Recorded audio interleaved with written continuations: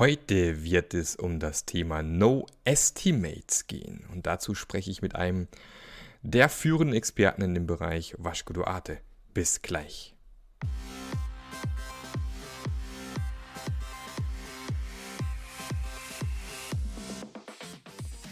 Der Passionate Teams Podcast. Der Podcast, der dir zeigt, wie du Agilität erfolgreich und nachhaltig im Unternehmen einführst. Erfahre hier, wie du eine Umgebung aufbaust, in der passionierte Agilität entsteht und vor allem bleibt. Und hier kommt dein Gastgeber, Marc Löffler. So, welcome everybody to another episode of the Passionate Agile Teams podcast. And as you hear, it's in English today. And because we have a special guest today on the line, we will talk to.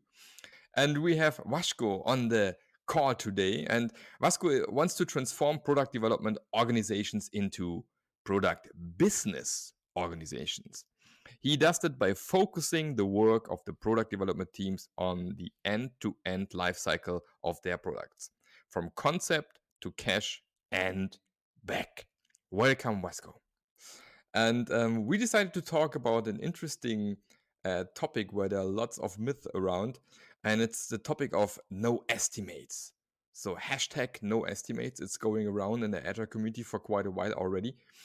Can you explain for the people who didn't hear about this topic so far what NoEstimate is and what it's about?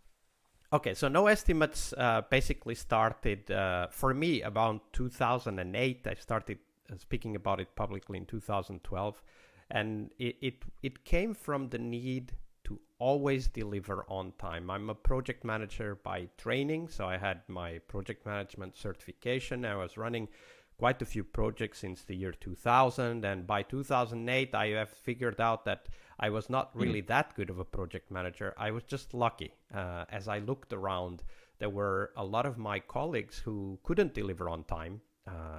If you look at the industry-wide data, the average delay 60% on a project, the number of projects that go bad is so large that McKinsey and Oxford University did a study some years ago, 2012 I believe, and they figured out that about 17% of the large IT projects went so badly that they threatened the very existence of the company that executed those projects. And when you start talking about that, you go like, oh my God, there's something wrong with this technique called estimation. So that's where I started.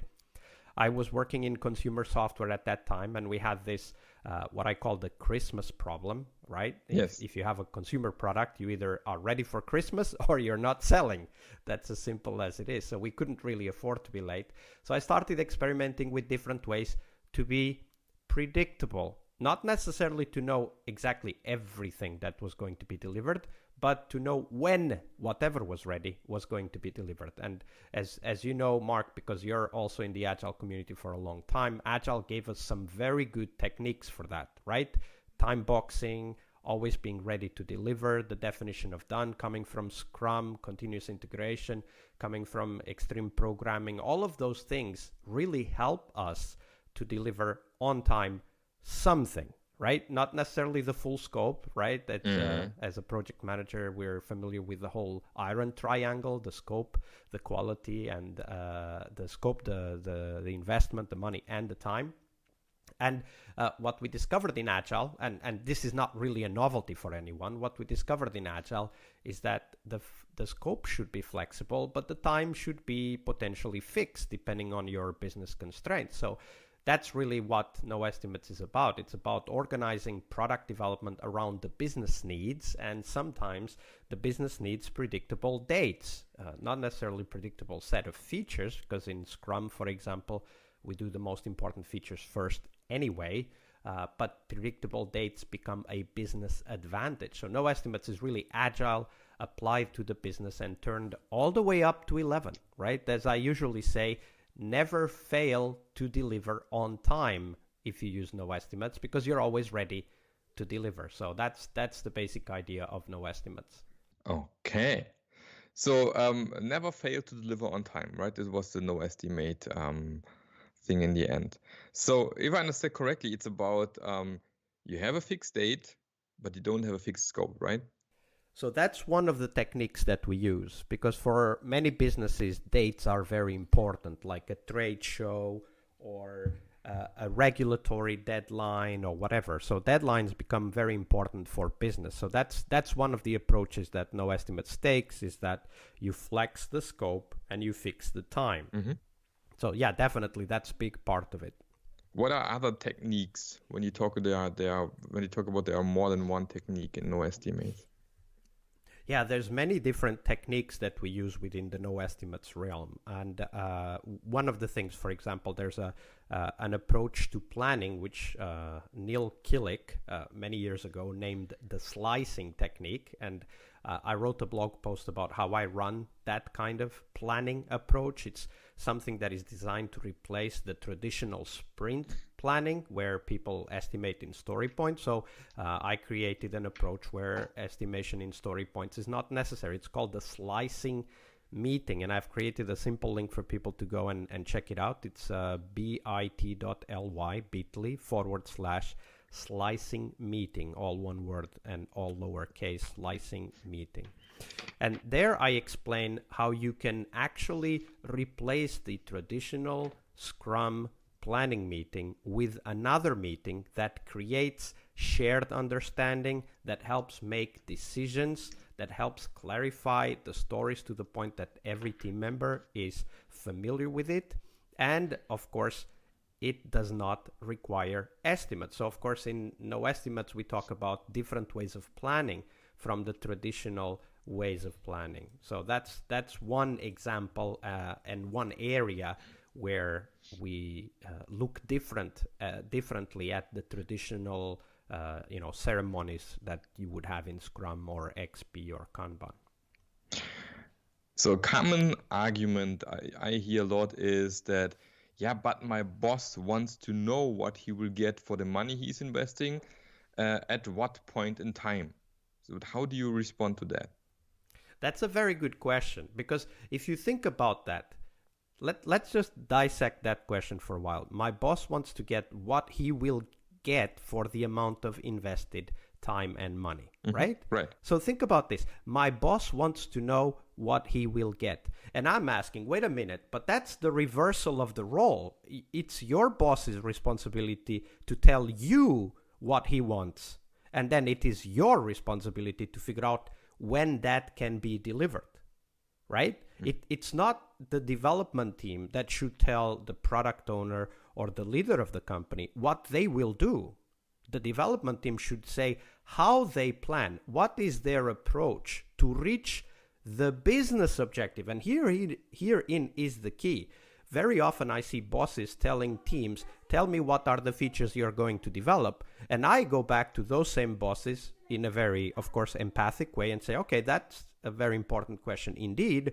But before we get into that question, share with me, what is your business goal? Why are we even thinking of investing in a new product, right? That's the question that we need to answer first. For example, I mean, you and I have worked in a consumer business at the same time, which worked in the travel industry. So we know more or less what this looks like in practice. And it can look like this, for example. How can we increase conversion in a specific funnel by 5%?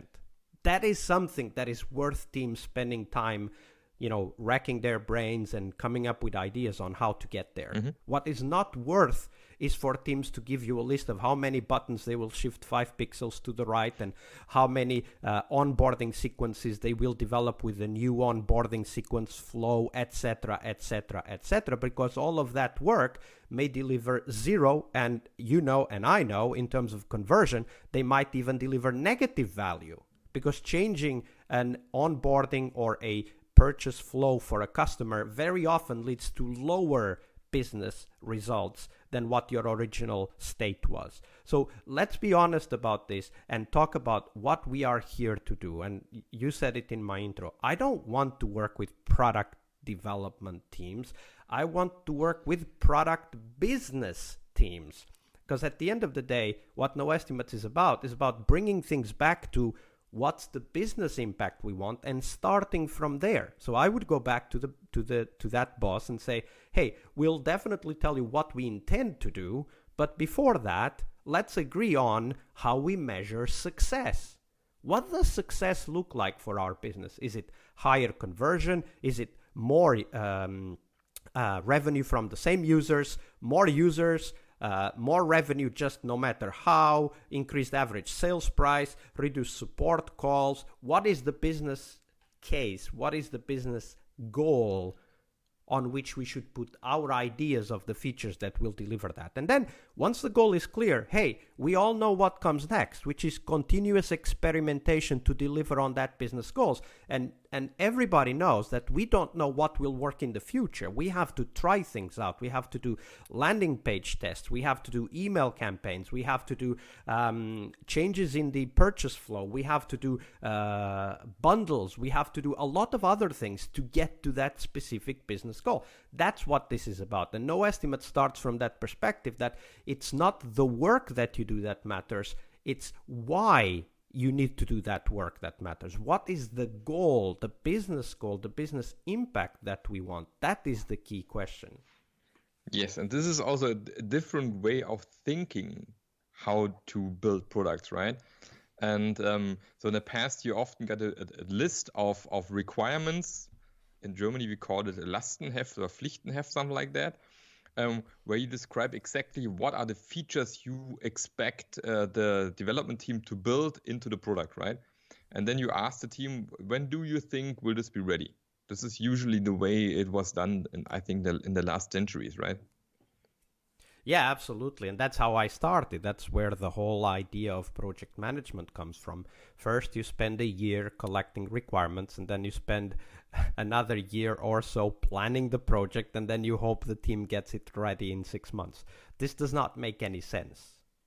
This is the complete reversal of the value production system. Mm-hmm. Everyone in the company is responsible for value production, not requirements gathering, not requirements writing and reviewing, not architecture, not even design. We are responsible for value production. And just ask any stakeholder.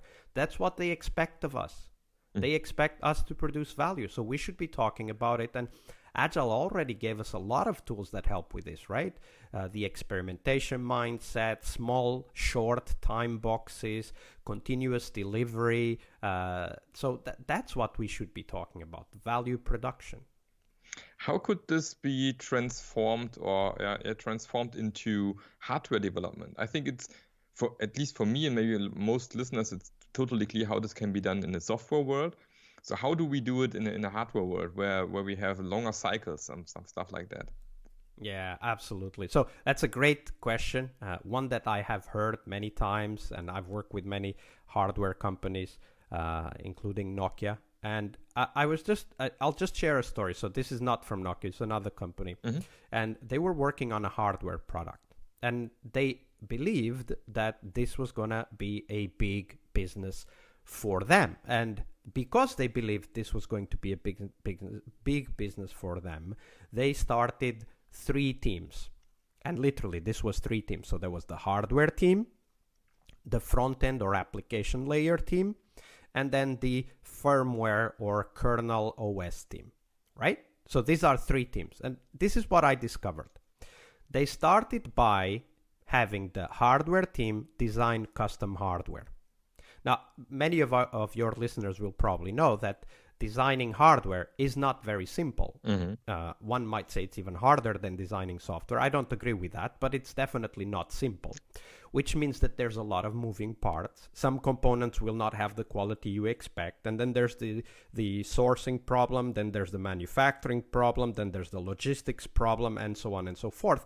And what this leads to very often is that the hardware is changing until very late in the software development lifecycle. Now, what that means is that we now have the most expensive engineers. These are the software engineers because typically they are bigger teams that work on larger parts of the system than the hardware is. We're talking about kernel, applications, integrations in the back end, finance, reporting, all of that stuff. So typically many more teams work on the software side. And what in this case, that was the case. There were 2 teams working on software, 1 team working on hardware. And what happened was that the hardware was changing until very late in the life cycle of the product. And what happened? No surprise, the software team was discovering bugs in the hardware very late in the development of the product. And everybody will immediately realize that the bugs in the hardware are a lot harder to fix. Now, here's where we fork. Here's where our understanding takes two completely different roads. One camp of the industry, the hardware camp, thinks that the hardware just needs more time to stabilize and become more mature before the software kicks in, right? That's one approach, just put more time into the hardware. And then there's another camp, which is hardware is not that valuable. It's the software that delivers the value. Therefore, the hardware should follow the software, not the other way around. Right? So get the software done, then you worry about the hardware. Okay, so how do we do the first? The first, typically what happens is that you get this 5 to 7 year development life cycles for hardware, which of course means that when the hardware is ready, the product is obsolete. No one wants that. So the first one does not work if your business is in any form of dynamic market whatsoever. Now, the second one also has problems because once the software is ready, how the hell do we get the hardware, right? So the hardware isn't there. What do we do? Do we start from scratch? Well, of course, in most businesses, the hardware does not need to be custom built. There are many platforms out there on which you can build many standard off-the-shelf hardware platforms on which you can build software that does what you need to do. And many of your listeners will be familiar with products like the Raspberry Pi. Raspberry Pi is an excellent product development platform because it's a standard hardware on which you can then build to become more, more performant, etc., in order to give software more flexibility. But there's even better. Nowadays, we have the mobile phones. Mobile phones are hardware platforms. We don't need to use the mobile phone platform only for mobile phones. We can use it for basically anything. Doorbells, ovens, microwaves, coffee machines. We can use a hardware platform like a mobile phone platform for almost anything. So now the question is, there's businesses that require certain things from hardware that cannot be provided by standard software, by standard hardware. Okay, those businesses can afford a 5 to 7 year hardware development life cycle, but the others don't. If you're developing a microwave, you can't wait 7 years for the hardware to be fixed. If you're developing an internet router, which was the company that I was referring to, you can't wait 7 years for the hardware to stabilize, because once you go live, the hardware is already it's not up to date with the market. If you're developing smart speakers, you can't wait for 7 years to get the hardware down to a T. Right? And you can always improve the hardware after it is stable. After you have a standard platform, you can go in and start changing some components one by one, verify that the quality is still there, and so on and so forth. So what I would suggest is that for anyone working in the consumer business is you make the hardware follow the software by starting from a standard platform and then optimizing the platform, rather than going and spending 5 to 7 years developing a hardware platform, a custom hardware platform, for which, by the way, there is no manufacturing capacity until you build it. Right? So from a business perspective, it does not make sense to make software follow the hardware. It should be the other way around. But because we never learned that, right? 20 years ago, it was hardware that was driving the business. And 20 years ago, engineers are the decision makers today. So they don't really understand that software is what is now driving the business. And that's really the key thing for us. Now, what does NoEstimates tell us about that? Very simple. You fix what is highly volatile, the hardware, and you flex what is highly flexible but not volatile, which is the software. It's easy to fix a software bug. It's hard to fix a hardware bug after the hardware is produced. And that's it. Mm-hmm. Okay, so what you just said is what I understood is that especially when there is a possibility to use a hardware platform like a Raspberry or like whatever, a mobile phone platform whatsoever, the hardware should follow the software. And if you are in an area where this is not true because you're building special hardware, which is not anywhere on the market you can buy, then it doesn't matter if the hardware cycle takes a bit longer, right? Exactly. I mean, if you're developing a so custom hardware that there's only like one manufacturer in the world and everything is so tightly controlled, then you can afford being late in the market because the hardware is not going to change. Mm-hmm. But intelligent speakers, doorbells, video cameras, laptops, there's so many manufacturers in the world that obviously the hardware is shifting and evolving at a much higher rate. So you can't just go and start developing custom hardware. You have to go and take a standard platform, build your software on top of it, and then slowly pick up the improvements on that platform over time, but regularly pick up the improvements on that platform over time, which is, by the way, what almost all Windows laptop manufacturers do. Right. They start from a basic platform and then they add some components in order to have a higher selling price, like a better camera, better hard drive, and so on. Yeah, and I think the same applies in software, right? You also don't start from scratch. You use libraries that are available. You don't build your own hash map or whatsoever, yeah, because it's already available, right? Yeah, I mean, and that seems obvious in the software. What is really surprising for me is that why isn't that already now obvious in the hardware too? Yeah, you're right. Should be, from my point of view. So what is, from your point of view, the biggest myth about NoEstimates?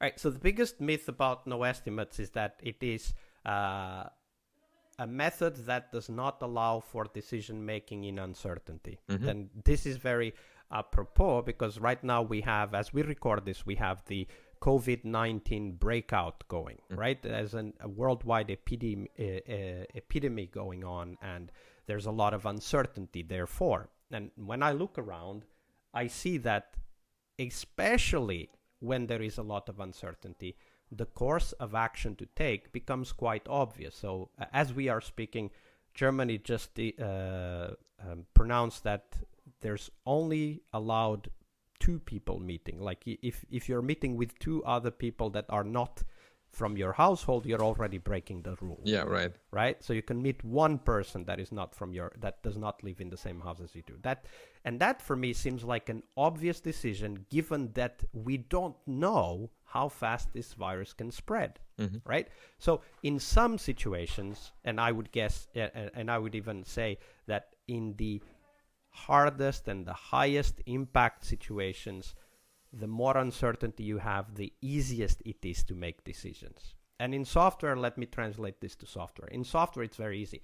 When you are the most unsure whether you can deliver on time is when you must easily make the decision to deliver early, right? And this is nothing new for software in the Agile world, right? In the Agile world, we deliver a potentially shippable increment at the end of every iteration if you're using Scrum. If you're using Kanban, you deliver a potentially shippable increment every time you finish one feature. It's even more granular. Mm-hmm. And even very heavy methods like SAFe talks about delivering potentially shippable increments every couple of months. Mm-hmm.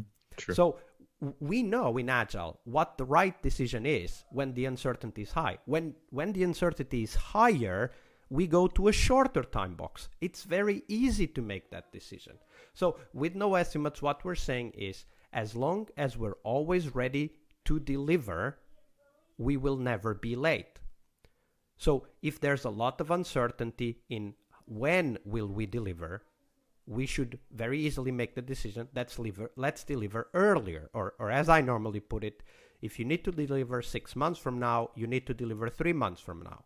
If you need to deliver 3 months from now, you should be delivering 1.5 months from now. All the way down to 1 day. If you need to deliver by the end of the week, you should deliver by tomorrow.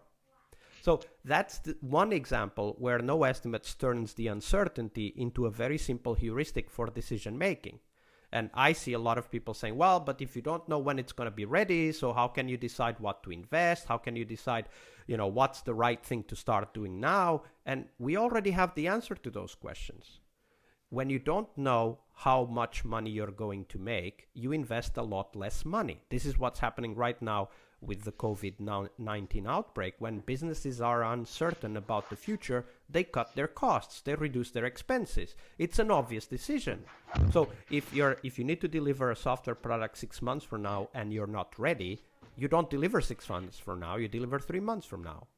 If you think that the revenues are going to be, let's just use a number, 1 million, you don't invest 1 million, you invest 100,000. And then by the end of the 100,000, you decide whether you invest another 100,000. And this leads us to a very important decision-making process in NoEstimates, which is incremental funding.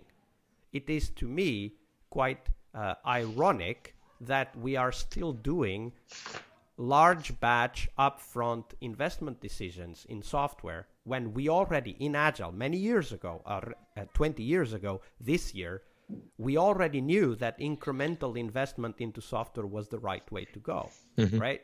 So for me, NoEstimates is really about bringing this back to the business and turning software development into a continuous decision-making process. Just like in software, we do continuous development, continuous delivery. So does the management of a software business needs to go continuously and make decisions on a day-to-day basis. And once these processes are in place, it becomes much easier to make decisions. It becomes much easier to handle uncertainty. Perfect. Now my dog enters the room. This was uncertain for me. No. Yeah, perfect. This also, I think beyond budgeting is something which goes in this direction. And it always wonders me when, especially in Germany, I don't know how it's in other countries, but what happens in about June, July, they're always going into discussions, what are the budgets for the next year, right? They don't even know what will happen the rest of the year, but already planning for the next year, what will be budgets for the project. And this is completely contradictory to what should be done, right? As you just said, incremental funding for me is also the right way to do. And this is completely, which, by the way, is what every single family in the world is doing right now. Right. Like, if it works for the majority of people in the universe, why shouldn't it work for businesses? That's true. And we just had it. Let's talk shortly about the COVID-19 outbreak at the moment. And what we can see at the moment, that lots of people are now working from home in their home offices. So from your point of view, what is changing for these people at the moment? Well, of course, the biggest thing is your dog just entered the room, but it could have been one of your children. My children are walking around and distracting me as we talk. So one of the biggest things is that children are at home. Parents that work from home, like myself and you, at least today, they have to be able to work while their children are in the same room or at least in the same house. So that's a big change. But the other thing is remote work. As we speak, lots of countries have moved to remote work first, which is a change that many were talking about for already many years, but it didn't happen until now, right? We are now starting, as a society, we are starting the whole shift to remote work. Companies are struggling to keep their production up while doing remote work, especially in the software world. And we need to learn how to facilitate remote meetings, facilitate retrospectives, keep the team members engaged in the daily scrum when everybody's browsing Facebook while on Zoom, and so on and so forth. I mean, that's the big difference. I wrote a couple of blog posts about it. I'll share the link with you, and people can go and check it out. What are some of the tips that I've learned and I've collected from others that have learned about working remote? But I would say that the biggest change for those of us still working in the software business is that we now need to work remote first. And I think also what is really changing is now that now we are really forced to communicate more, because it was, as long as we are all sitting in the same room and maybe have some stickies on the wall or whatsoever, Of course, this is moved maybe to tools like Jira, like that. But now it's really also a bit like a mindset changer that people now have to really, to be enforce the wrong word, but really learn that they have to talk and communicate more as they're sitting at home, right? Yeah, absolutely. And communication is really one of the biggest challenges. Yes. Usually projects fail because of lack of communication. That's at least what most people say when they talk about why projects fail. And at least in my perspective, it's not really because of lack of communication. It's because we are not communicating about the important things. And I would say that Agile has contributed a big paradigm shift to try to stop the communication problems, which is the sprint goal and the time boxes. Have a clear sprint goal, what do we need to achieve together, not the work we need to do, but what we need to achieve, what's the goal, and then a clear time box, a very small, very short time box. So maybe a tip to leave to our listeners is if you're unsure whether the team will work well now that they are remote, the easiest tip is to make the iterations even shorter, because the problems will become more visible. You will run more retrospectives, you will learn faster, and you will adapt faster. Yeah, exactly. Perfect. This maybe was a tip at the end of this nice podcast that everybody of us can take home and use.